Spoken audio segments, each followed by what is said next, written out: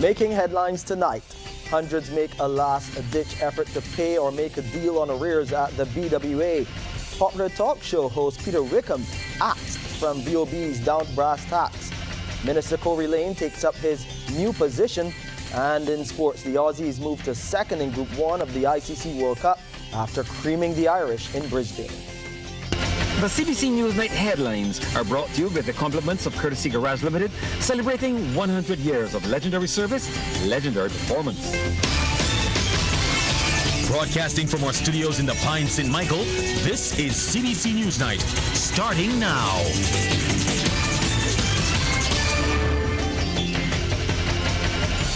Good night, I'm Shane Seeley. Thank you so much for joining us. Thousands of Barbadians rushed to the Barbados Water Authority's headquarters in the Pine today to beat the October 31st deadline for the amnesty, which has now officially ended.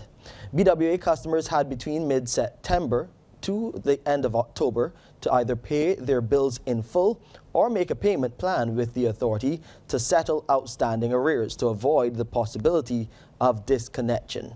Now, up to 2 months ago, those arrears total close to $100 million, with 60% of what was owed attributed to domestic customers. Let's get an update now from the BWA General Manager, Keith Roy Halliday, who joins us live here on CBC NewsNight. Good to have you on, Keith Roy. Talk to us about what happened today. Hundreds of people flooding the headquarters to make those last-minute payments. Thank you, Shane. You're correct. We have seen scores of individuals, in fact, over the past several days, to the point where we've closed late on several days. Even on Saturday, we closed as late as 6:30, and that's quite unheard of for the Barbados Water Authority. Today would have been another day that we would have closed significantly late. But we have had an average of over 300 people flocking our office over the last week, and Saturday and today in particular, the numbers would have exceeded that. So the response has been good in the last while. Unfortunately, due to the late response, we have simply been overwhelmed, and we have certainly had to call out and made a number of adjustments in terms of our staff coverage and utilizing several areas of the Barbados Water Authority to be able to accommodate the last-minute requests. Notwithstanding, however, that the amnesty has ended today, for those individuals or customers who weren't able to make it in today, we're still encouraging them to come in over the next several days and make good on those payment plans. So talk to me about that. You make those payment plans and you had hundreds of people coming in terms of dealing with that huge arrears bill. Has this put a dent in that at all? We're still doing the analysis, Shane, to be quite honest. At the end of the month, the bills would normally climb due to the new billings. So between that and what we're seeing happening, it's a little hard to say how significant the dent has been. I think what we're more encouraged with is the fact that there are a number of individuals who have at least come into the office, come into the Pine, and established some sort of payment plan. That is the first. And we expect, as a result of that, over the next several weeks or months, that we'll see some movement in the arrears that are outstanding. So what happens next, especially for those who haven't come into the Barbados Water Authority and made an arrangement? Well, we'll be looking at the numbers very carefully, but if efforts have not been made to establish repayment plans, the BWA really will not have any choice but to take the next steps. So there will be disconnections being made. There will be pleas for those who have had a difficulty to work with us on a continual basis. But the amnesty does end today. Well, thank you so much, Keith Roy, for giving us that update. Of course, we'll listen out for more updates coming from the Barbados Water Authority as you go into November to see what is happening. And of course, we want to know in terms of making that payment plan and in terms of closing that gap with the $100 million in arrears, what has happened with this rush to pay those bills. Thank you so much for your time. Well, political scientist Peter Wickham has been terminated as a moderator with Starcom Network. Wickham told CBC that he is disappointed with the manner in which he was handled. The separation is the result of he and a caller having divergent views while he was hosting the Down to Brass Tacks program. Speaking to CBC News, he made it clear he's not licking his wounds, and the disappointment is not with being cut from the team, but with the position taken. Disappointment that an organization that has been so respected in Barbadian society has taken such a backward position. I've been there, as I said, well over 10 years. I have been insulted, jeered. I've had my life threatened once on air, and that's in the public domain. At no point in time have I ever been receiving the type of apology from the agency that organization was willing to give to someone else. I've seen other moderators deal harshly with callers, many of whom have been cut off, banned, all kinds of things. And again, they have never received that. Mr. Wickham, who was with the show for 10 years, said he thought the station would have engaged him in some kind of dialogue. I've been informed this morning that the station wants nothing further to do with me in the role of moderator. It ends what has been an association that's lasted over 10 years. I thought it was mutually beneficial. Sadly, this is not the view that is shared by management. When asked for comment on the matter, station manager of Starcom Network, Anthony Green, told CBC they won't comment on matters relating to individuals whose services the company has contracted. He added that Down to Brass Tacks is committed at all times to allowing varying views to be shared in a way that enables people's ability to think critically and discuss solutions. Barbados now has 32 justices of the peace after being sworn in by President Her Excellency Dame Sandra Mason at State House this morning. Individuals from various professions, religions, races, and retirees were sworn, signed, and given their instruments in 2 separate ceremonies. Both groups were encouraged to see that the civic responsibility which was being invested in them is a role for life. Dame Sandra told them what they are providing is a free service and they should not attempt to financially profit from it. I came across persons who misunderstood their role, which is to offer a free service to your fellow man who will need your services, which is the signature that you just made before me. And I therefore want to emphasize that over the time when you exercise your function as Justice of the Peace, you will do so for free. In other news on Newsnight, the newly appointed minister in the Attorney General's office, Corey Lane, has hit the ground running. Soon after arriving at his office at Webster Industrial Park, Wildy St. Michael, he told CBC News Cabinet and the Prime Minister are expecting recommendations in about 3 weeks, but he wants the files to be ready in 2. Obviously, we still have a lot of setting up to do. There are lots of people reaching out with recommendations, wanting to assist, wanting to be part of the team going forward, and that is really, really heartening to see. But really and truly, the office part of the job is getting those recommendations together to Cabinet, because there's so many recommendations. The issue is not the ideas or the recommendations, but how do we phase them? Which one to do first, which ones to prioritize? And we're going to budget those and, most importantly, implement them, get them done. That is what it's about. Coming up on Newsnight, we'll tell you what local filmmakers are asking government to do. Details to that and other stories up next. An appeal tonight for government to urgently step in and set up a framework for local filmmakers and content creators to cash in from the online platform YouTube. It's coming from President of the Barbados Film and Video Association, Rivelino Simmons. He made the call on the People's Business last night, where the focus was on the business of film. There's an issue with Google One and Google Play as it relates to Barbados. We're one of the few countries that has the problem. So if you want to have a YouTube channel and get paid for it, you have to do all sorts of workarounds in order to get on the platform.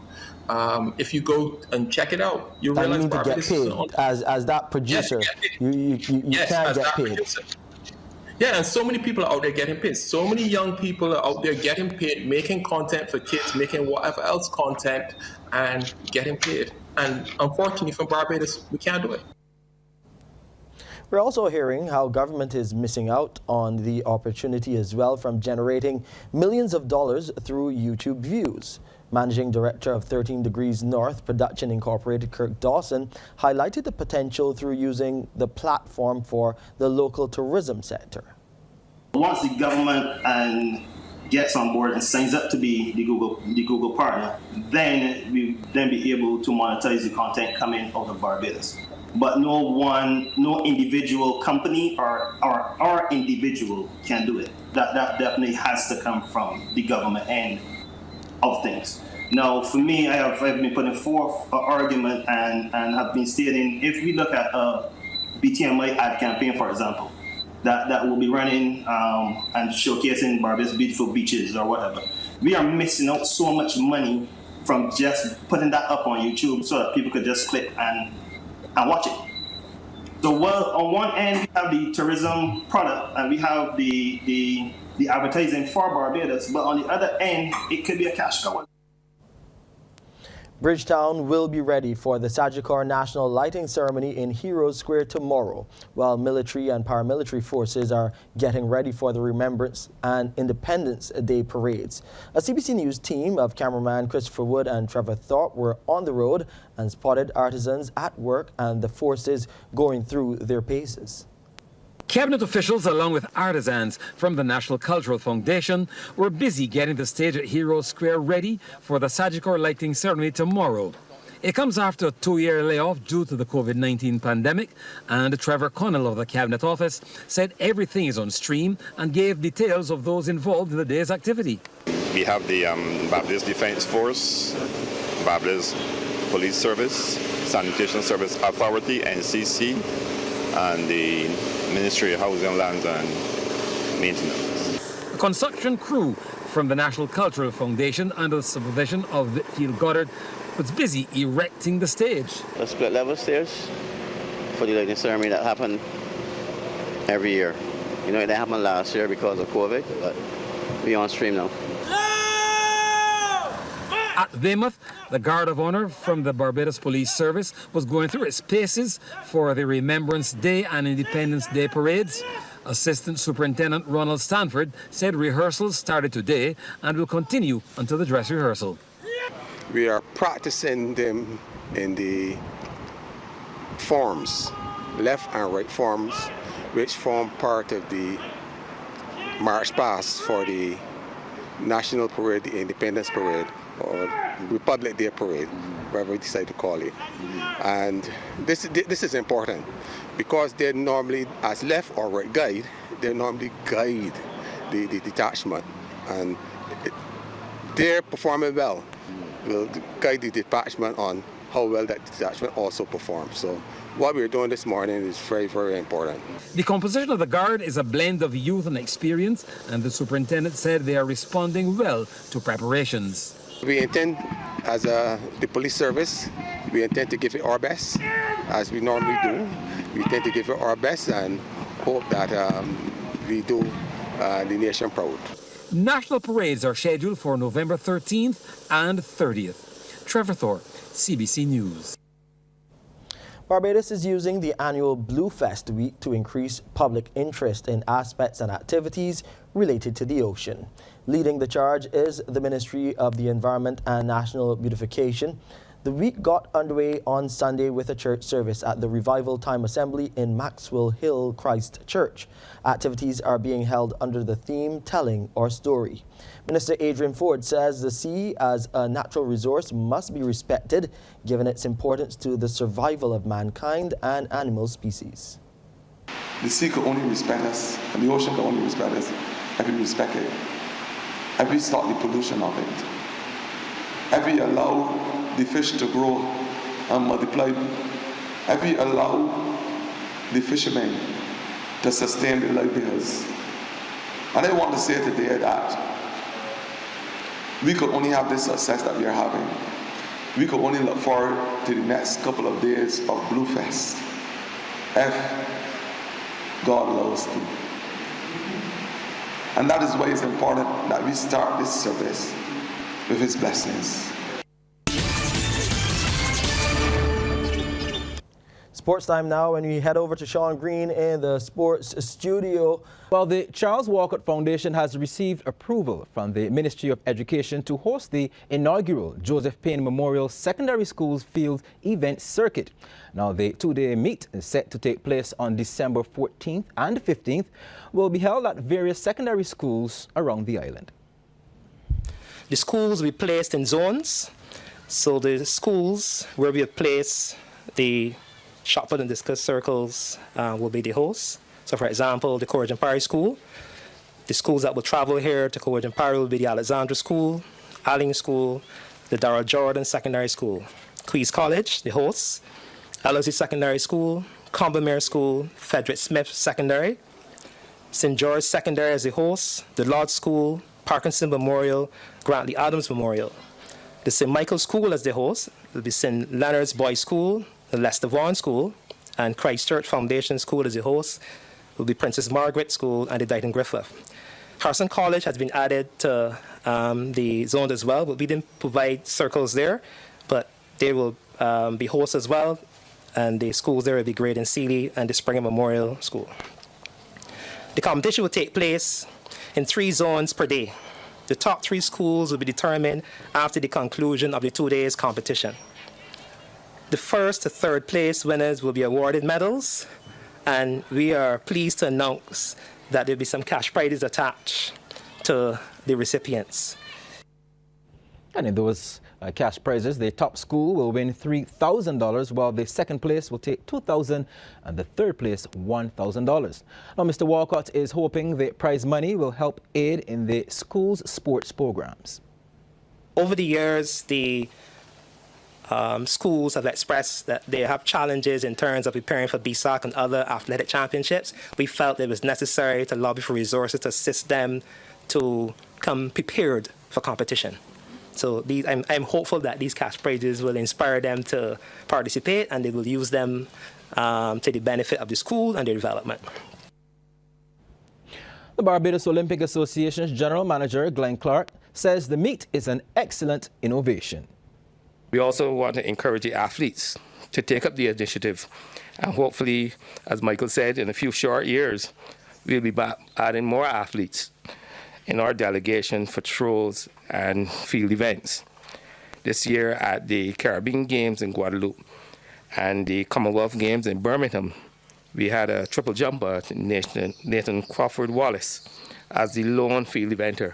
And we look forward to having a few more John and Nathan next year, especially as we look forward to, we have 4 games that we'll be taking part next year. So I hope that we can see some of you juniors and then some of you seniors joining us in the Commonwealth Youth and hopefully the CAC and Pan Am Games.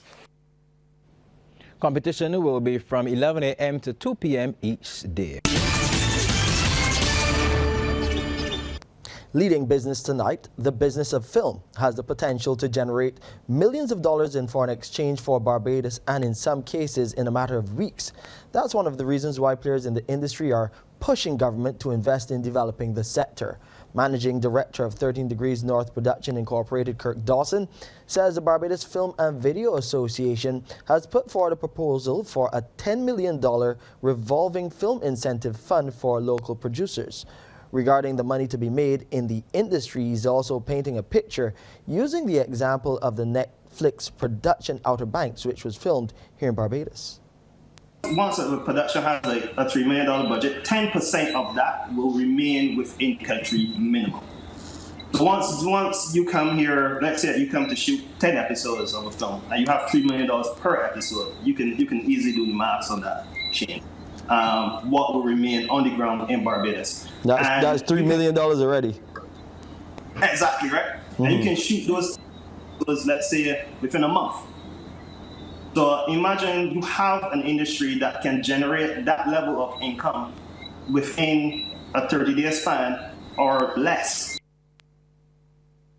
The services sector is a major contributor to Barbados' gross domestic product. The revelation came from Director of the Barbados Coalition of Service Industries, Wendell Cumberbatch, at a church service at the Hope Church, Neil's Plantation, St. George, to mark the start of activities for the week for the organization. Well, Mr. Cumberbatch was at the time reviewing the path of the BCSI as it celebrates its 20th anniversary.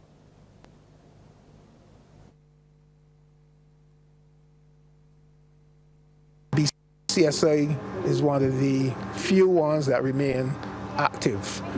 There are others in Trinidad, Jamaica, throughout St. Lucia. And we are looking to work with those to basically bring them back online, to have them active once again, because even though it may not be documented, the services industry contributes about 80% to GDP here in Barbados and other countries. It's difficult because in some instances there's no empirical evidence. And that's our time for this edition of CBC NewsNight. I'm Shane Seeley. Good night.